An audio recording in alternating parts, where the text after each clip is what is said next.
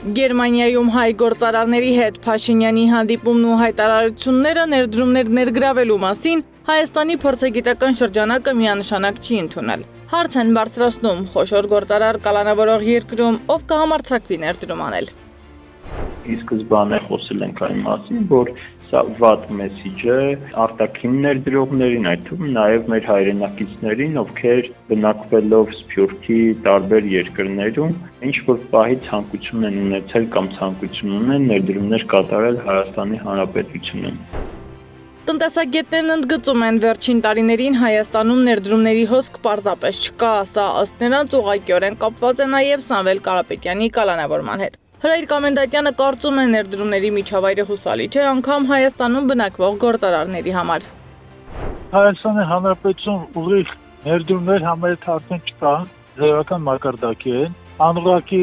ներդրումներ են կատարվել, ընդորում այդ անուղղակի ներդրումները Հայաստանում արդեն իսկ գործող խոշոր ենթադրենք կազմակերպությունները իրենց մոդեռնիզացման համար օգտագործում են սահույթային բաժինը, որը չեն բաժանում, շահաբաժիններ չեն տալիս, այդ գումարները նորից ուղղում են իրենց մոդեռնիզացիայի տեխնիկական վերազինմանը։ Ներդրումային վստահելի միջավայրի հիմքում օրենքի գերակայությունն է, դատարանների անկախությունն ու սեփականության իրավունքի անկախտելիությունը, ասում է Պողոսյանը, Հայաստանում բոլորը ոտնահարված են։ Մենք ըստ էության գործարար Սամվել Կարապետյանի դեպքը աչքներիս առաջ ունենալով տեսնում ենք, որ Հայաստանում ցանկացած քաղաքական նպատակահարմարությունից ելնելով իրավիճակում կարող է ոտնձգություն կատարվել մարդու սեփականության իրավունքի նկատմամբ։ Փորձագետները շեշտում են, բացի գործարարների նկատմամբ իրականացվող գործընթացներից ներդրումների շուրջ ձևավորված աղմուկն է ազդել Հայաստանի միջազգային վարկանիշի վրա։ Վարկանիշն ըստ նրանց շարունակում է անկում ապրել։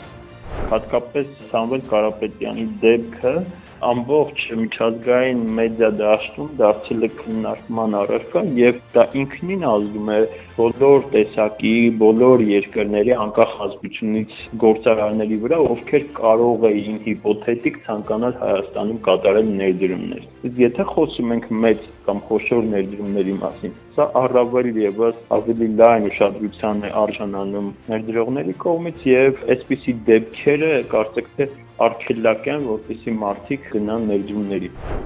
Մինչ այդ Գերմանիայում Հայաստանի վարչապետը նշել է, որ կառավարությունը պատրաստ է խորացնել տնտեսական գործակցությունը, ապահովել թափանցիկ եւ կանխատեսելի ներդրումային դաշտ։ Այս հայտարարությունները տնտեսագետները ծաղր են համարում։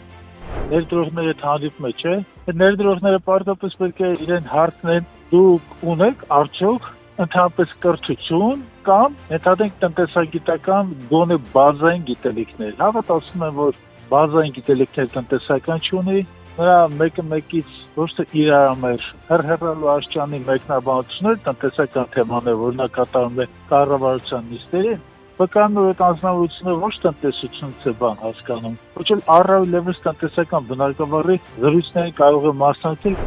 Կամենդատյանը օրինակ է բերում Հարավսլավիան, նշելով, որ քաղաքական ճգնաժամը, ճնշումները եւ միջազգային միասնյա քաղաքականությունը բերեցին տնտեսական փլուզման, 20 միլիարդ դոլար պարտքի, սանկցիաների ու արժույթի արժեզրկման։ Արա Պողոսյանն էլ ասում է, երրորդ աշխարհի երկրներում է այս մոդելը գործում ու այն ավտորիտար երկրների դեպքում նորմալ է։ Հավելում է, վիճակը փոխելու ներդրումների համար գրավիչ դաշտ ստեղծելու միակ ճանապարհը քաղաքական եւ տնտեսական այս մթնոլորտի կասեցումն է։ Սեդա Մակարյան, Նոնա Գևորգյան, ABC Media։ Բաժանորդագրվեք YouTube-ի մեր ալիքին, հետևեք մեզ Facebook-ում, Instagram-ում, Telegram-ում, WhatsApp-ում եւ TikTok-ում կամ այցելեք պաշտոնական մեր կայքի 3w abcmedia.am։